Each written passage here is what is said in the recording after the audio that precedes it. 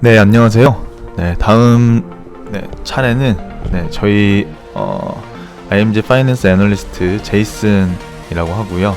네, 저는 이제 특별한 해외 시황과 투자 전략이라는 코너로 지금 여러분들과 함께 하고 있는데, 저는 이제 내용은 이제 해외 증시, 특히 이제 미국 증시와 유럽 증시에 대한 이제 마감 시황과 더불어서 전반적인 이슈나 이제 특징들, 그리고 미국 증시, 미국 주식 중에 이제 좀 추천해드릴 만한 종목들에 대해서 좀 브리핑 해드리고 있습니다. 네. 먼저 어제 글로벌 마감 시황 한번 이슈별로 좀 잠깐 살펴볼 텐데요. 네. 어제 일단 뉴욕 증시부터 말씀을 드리겠습니다. 네, 어제 유럽을 중심으로 해서 주요국 그 경제 지표가 좀 적신호를 좀 냈죠. 네, 그 가운데 뉴욕 증시가 보합권에서 혼조 양상을 좀 나타냈고, 그래서 다우존스는 이제 0.06% 정도 올랐는데 S&P 500 지수와 나스닥은 좀 0.01%, 0.06% 하락하는 그런 혼조세를 보였습니다. 네, 장중 지수가 좀 완만하게 오름세를 나타내다가 이제 거시경제 하강 기류, 그리고 이제 그런 유럽 경제 지표에 대한 그런 이제 우려감 때문에 대형주랑 이제 기술주 위주로 막판에 좀 소폭 하락을 한 채 마감을 했습니다. 네. 또 이제 유로존 이제 9월 기준이죠. 제조업 지표가 7년 만에 최저치로 좀 후퇴하면서 좀 깊은 이제 위축 국면에 좀 빠진 것으로 나타나면서 실물 경기에 대한 좀 투자자들의 우려를 좀 부추기는 상황이 이어졌습니다. 네. 이번 달 그 유로존 제조업 구매관리자 지수 PMI 지수죠. 는 45.6을 기록해서 83개월 내에 좀 최저치를 나타냈죠. 그러니까 거의 7년 만에 최저치로 후퇴를 한 상황입니다. 네, 이는 전월 수치 47과 그리고 시장 전문가 예상치인 47.3을 좀 밑도는 결과입니다. 네. 그리고 독일 제조업 PMI 지수도 10년 내 최악의 수치를 나타내서 이제 투자자들 사이에서 좀 긴장감이 고조되면서 불확실성이 그리고 경기 침체에 대한 그런 우려감이 좀 나타나면서 조금 유로존 이제 EU 국가들, 유럽 국가들 모두 거의 대부분 지수가 좀 하락을 했죠.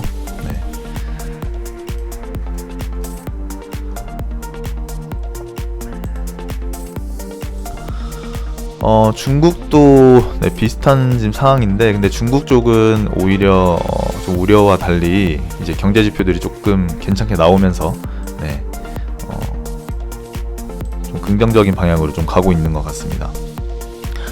그리고 미중 무역 협상 관련해서는 10월에 이제 예정됐죠. 미중 고위급 협상이 예정대로 추진할 거라라는 발표를 어제 했고요. 미국 무역 대표부는 이제 400여 개 그 중국산 제품에 대해서 지난해부터 원래 부과했던 그 고관세를 좀 면제해 주기로 얘기를 했고, 또 플라스틱, 조명, 애견용품 등 이런 제품들이 면제 대상이 좀 포함이 됐습니다. 네. 그리고 중국 인민은행이 1년 만기 그 대출 우대금리를 좀 0.05% 포인트 좀 낮추면서 주가 상승을 좀 거들었죠. 근데 이제 좀 우려된 상황이 중국 실무진급 무역협상단이 예정됐던 그 미국 농가 방문이죠. 미국 농가 방문을 전격 취소하면서 상황이 좀 급변하면서 어제랑 그저께 좀 주가를 좀 하락시키는 좀 요인으로 작용을 했습니다. 해당 소식 이후에 좀 그렇게 주요 뉴욕 3대 지수죠. 다우, S&P 500 그리고 나스닥 3대 지수가 대부분 다 하락 추세로 이제 전환을 하는 그런 부정적인 방향으로 좀 흘러갔죠. 또 추가적으로 이제 트럼프 대통령도 강경한 발언을 좀 했죠. 원래는 이제 부분 합의, 스몰 딜이죠. 스몰 딜로 이제 부분 합의도 가능하다고 했던 이제 말을 좀 바꿔가지고 종합적인 이제 빅딜을 본인은 원한다. 그리고 이게 말을 바꾸면서 조금 부정적인 미중 무역 협상에 대한 좀 부정적인 방향으로 조금 선회를 했다고 생각을 하시면 될 것 같습니다. 또 본인이 이제 내년 이제 재선을 노리고 있는데 2020년 대선 전까지 무역 합의를 할 필요도 없다라고 본인이 좀 얘기를 했죠. 그리고 계속해서 트위터에서도 그렇게 긍정적인 말을 좀 안 하고 있어서 앞으로 미중 무역 협상이 조금 현재 상황으로는 좀 긍정적이지 못한 상황으로 흘러가고 있다라고 좀 말씀을 드릴 수 있을 것 같고, 추가적으로 그 마이크 펜스 미국 부통령이죠. 미국 부통령도 경제적인 굴복의 시대는 끝났다라고 이제 인터뷰를 하면서 우리는 중국에 대해서 좀 특히 계속해서 좀 강경한 자세로 자세를 좀 유지를 해 나갈 것이다라고 얘기를 하고 있습니다. 그리고 뭐 개별 종목이나 이제 미국 그 개별 종목이나 이제 섹터별로 좀 한번 살펴보도록 하겠습니다. 먼저 운송 섹터가 좀 약세를 보였고, 이제 페덱스 같은 이제 종목들이 좀 약세를 보였고, 또 뭐 국채 수익률도 좀 특징적인 것 중에 하나로 말씀드리면 미국 10년 만기 국채 수익률이 좀 하락을 하면서 1.709%를 기록을 했습니다. 특징주나 섹터 한번 살펴보도록 하겠습니다. 애플은 이제 0.45%. 그러니까 어제도 그렇고 지난주에도 제가 계속 말씀드렸죠. 근데 이게 빵이라고 페이스북, 아마존, 애플, 그리고 넷플릭스, 구글 이렇게 5개를 합쳐서 빵이라고 부르는데요.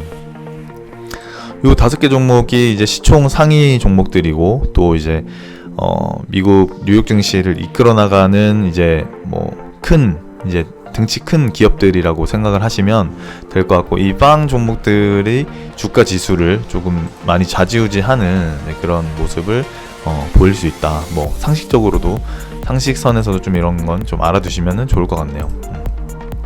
그래서 애플과 구글은 빵 종목들 중에 어제 좀 상승 흐름을 보여왔고, 넷플릭스, 아마존, 페이스북, 넷플릭스, 아마존, 페이스북은 3개 종목은 좀 거의 1%대 그리고 1% 이상 각각 하락을 하면서 하락 추세를 좀 이어나갔습니다. 그리고 반도체 섹터는 좀 좋은 흐름을 이어나갔는데요.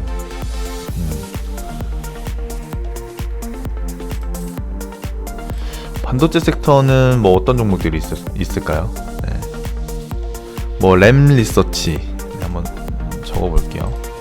반도체 섹터는 램 리서치, 마이크로칩, 그리고 마이크론, 또 뭐가 있을까요?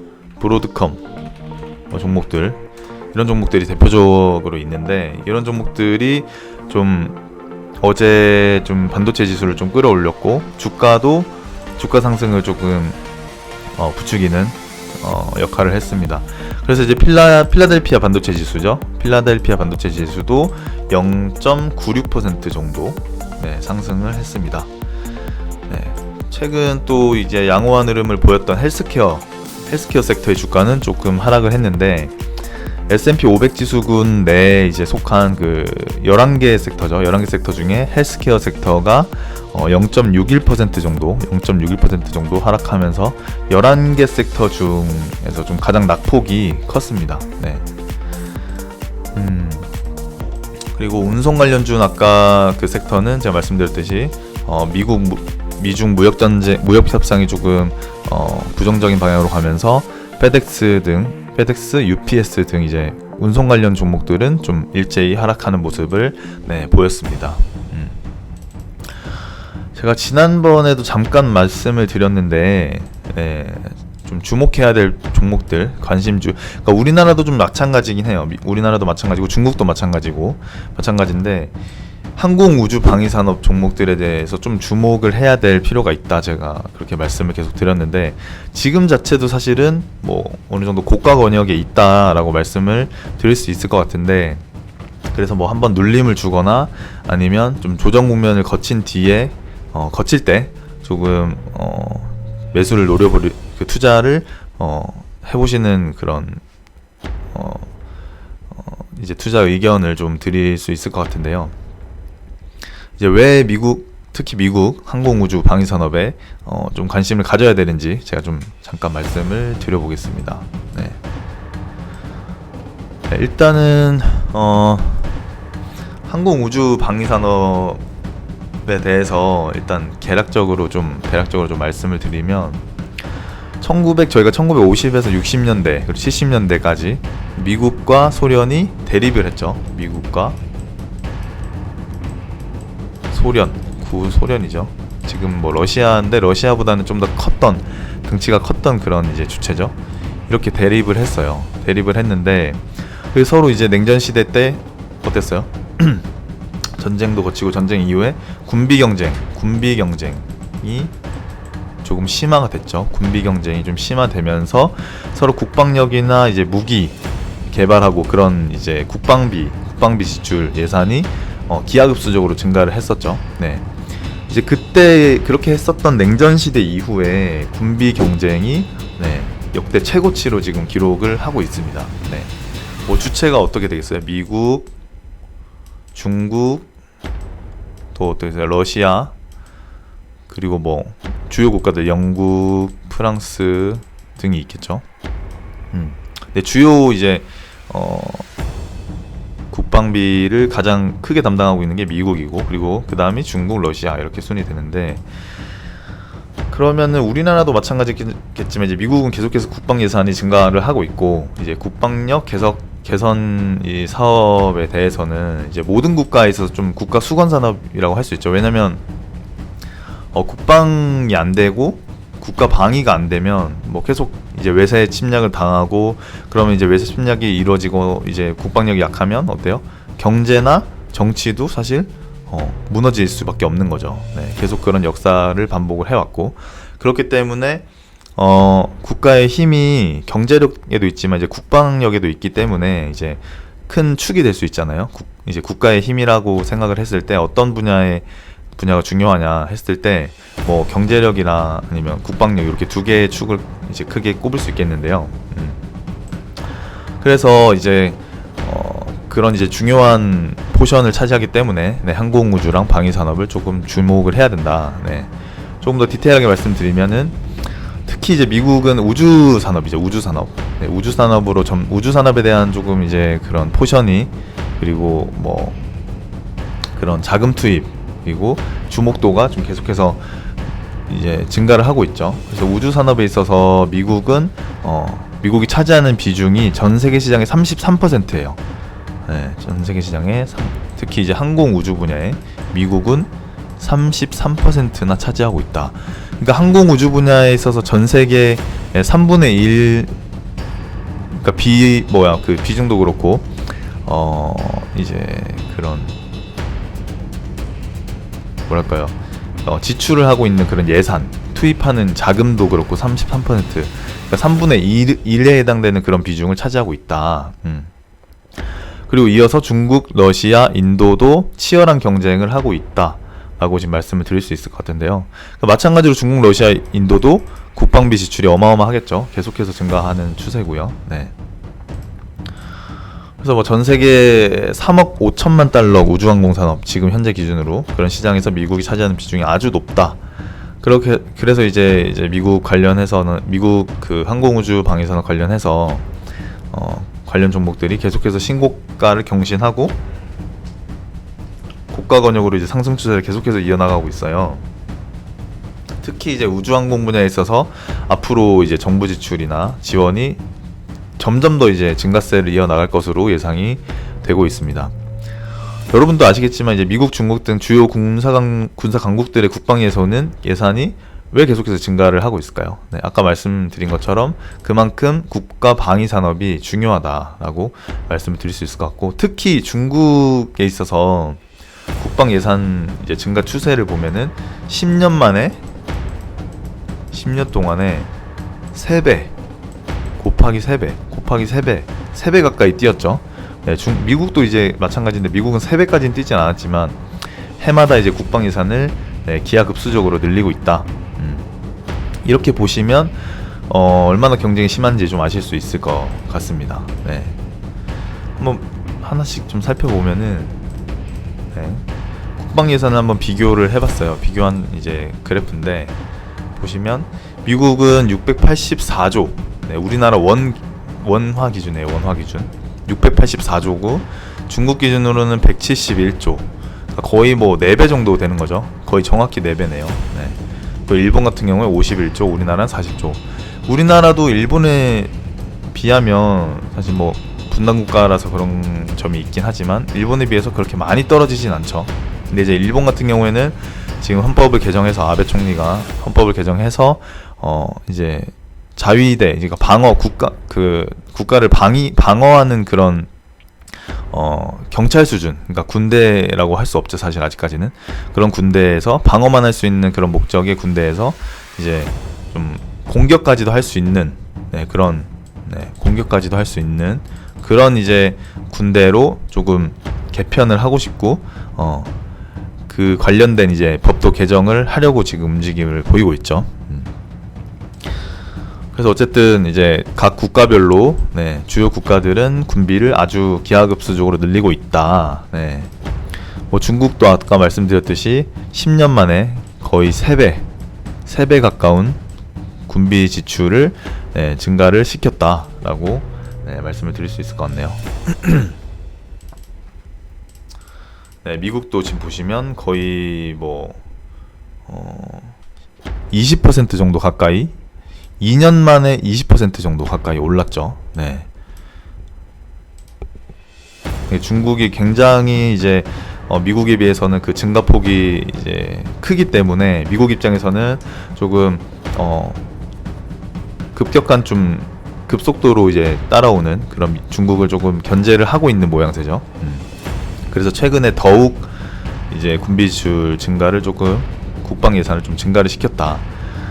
그래서 그런 연유에서도 이제 우리나라 입장에서 그 보면은 이제 트럼프가 계속 우리나라에 미군 주둔하는 그런 이제 주둔 비용이죠. 그런 군사 비용, 주둔 비용을 조금 훨씬 더 많이, 좀 터무니없는 가격이긴 하지만 많이 좀 내라, 분담금을 좀 많이 내라. 그렇게 지금 협박을 하고 있죠. 압박을 하고 있죠. 이번 그 한미 문재인 대통령이 이제 미국에 갔잖아요. 한미 정상회담에서 그런 내용을 좀 나눴을 것 같은데 어떻게 될지 발표를 하는 내용을 좀 살펴봐야 관심을 좀 가져봐야 되겠죠. 주요국별 이제 우주군비 좀 경쟁 흐름을 좀 살펴보시면, 그러니까 지금 국방에 이제 여러 가지 포함이 돼 있잖아요. 뭐 육군도 있고, 뭐 이제 공군도 있고, 해군도 있죠.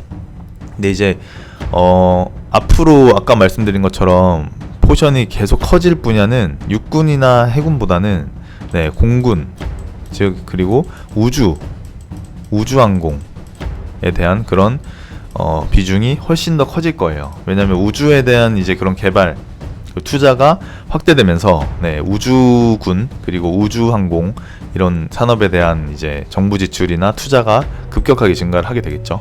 이미 그렇게 지금 되고 있는 상황이고요. 그래서 미국, 러시아, 중국, 일본별로 한번 살펴보면은 미국은 이미 우주사령부를 창설을 했고 1982년에요. 그리고 2002년에 우주사령부 해체 후에 기능을 좀 분산을 했는데 다시 2020년을 목표로 트럼프 정부는 우주군을 좀 추진을 하고 있다. 러시아 같은 경우에는 92년에 우주군 신설을 했고 15년에 항공우주군 통합 개편, 그리고 항공우주 방어에 2020년까지 많은 막대한 이제 자금을 투입을 하고 있다. 중국도 마찬가지로 2015년 이제 사이버전 우주군 그리고 이렇게 통합을 했고 유인 달 탐사 시 군사력에도 파급 전망을 하고 있다. 2025년에. 중국이 특히 특징적인 게 러시아나 미국에 비해서 좀 굉장히 월등하게 잘 하고 있는 그런 우주 항공 분야가 좀 있어요.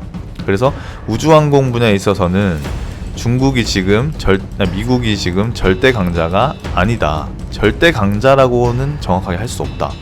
이제 국방력만 따지고 보면은 미국이 절대 강자겠죠.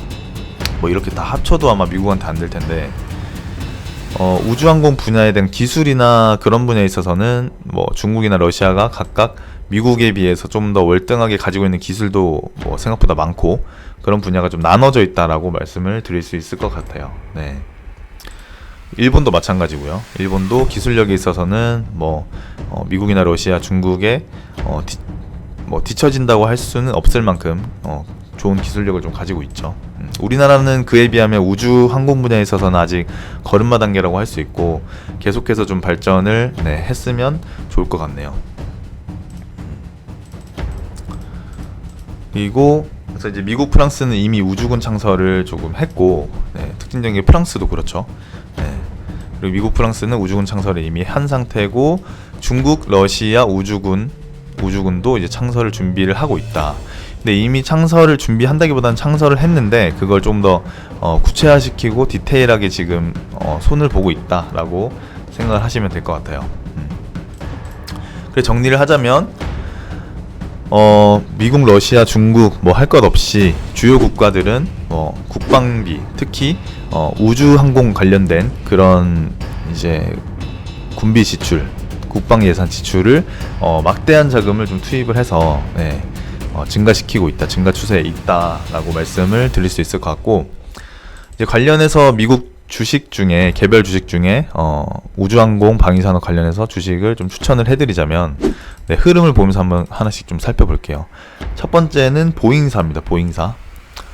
여행 가실 때나 이제 비행기 타실 때 보잉 747, 보잉 이렇게 보시죠. 에어버스랑 함께 이제 투탑을 달리고 있는데 우주항공 분야에서는 전체 1위죠. 미국 전체 1위로 볼 수 있고 이제 우주항공 분야에서 1위고 방위산업은 밑으로 두 번째 말씀드릴 이제 로키드 마틴사인데 우주항공 분야에 있어서는 이제 독보적인 1위다. 차트 한번 살펴보시면 일단은 단기적으로 봤을 때 8월 초에 잠깐 조정 국면을 거치고 계속해서 이제 증가 추세를 보이고 있고 주봉으로나 월봉으로 봤을 때는 계속해서 고점을 이렇게 높이는 상황이에요. 그래서 전고점을 아마 또 이제 갈아치우지 않을까, 최고가 경신을 또 해주지 않을까, 최근에 얼마 안에 아마 최고가 경신을 할 것으로 전 예상을 하고 있고, 그래서 중장기적으로 봤을 때도 계속 고점을 높여가면서 상승 추세를 견조한 흐름을 이어나가고 있다 라고 볼 수 있을 것 같고요. 두 번째는 로키드 마틴사인데 많이 들어보셨죠? 로키드 마틴사 책에도 많이 나오고 기사에도 많이 나오죠. 우리나라도 상당히 많은 이제 무기를 로키드 마틴사에서 대부분 이제 수입을 하고 있는데 방위 산업에 있어서는 로키드 마틴사가 미국 내 1위고요. 제가 알기로는 이제 전 세계에서도 1위로 알고 있거든요. 그리고 매출 분야나 실적 분야에서도 그렇고요. 그래서 로키드 마틴사 또한 고점을 계속해서 들어 올리면서 상승 추세를 이어나가고 있다. 로키드 마틴사는 계속 제가 알기로 지금 2주 아니면 1주 격주로 거의 최고가 경신을 하고 있어요. 격주로 최고가 경신을 하고 있다. 그래서 좀 관심을 가져보시면 될 것 같고, 로키드 마틴사는 이제 특히 국방 이제 방위 산업과 관련해 가지고 미국은 이제 또 세계 경찰을 자처하고 있잖아요. 그래서 미국 입장에서는 방위비가 국가 방위비가 국방 예산이 내려갈 수가 없어요. 감소할 수가 없기 때문에 계속해서 매출이 올라가겠죠. 실적이 올라가겠죠.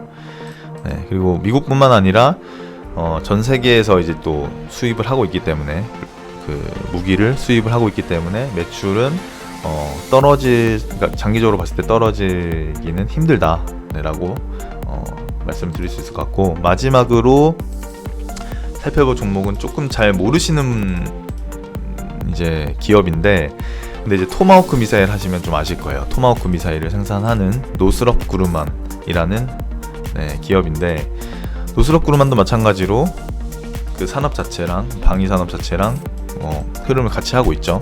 계속해서 고점을 들어 올리면서 전고점을 계속 돌파해가는 그런 이제 견조한 상승 흐름을 이어나가고 있습니다. 그래서 주목해 주시면 좋을 것 같고요.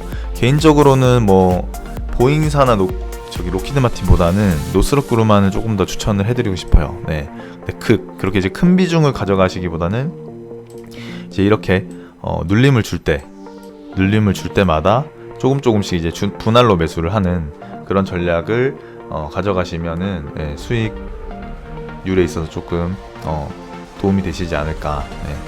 좋은 이제 결과를 가져가실 수 있지 않을까라고 생각을 해볼 수 있을 것 같습니다. 네. 마지막으로 유럽 증시 어제 마감 증시 잠깐 한번 살펴보면요.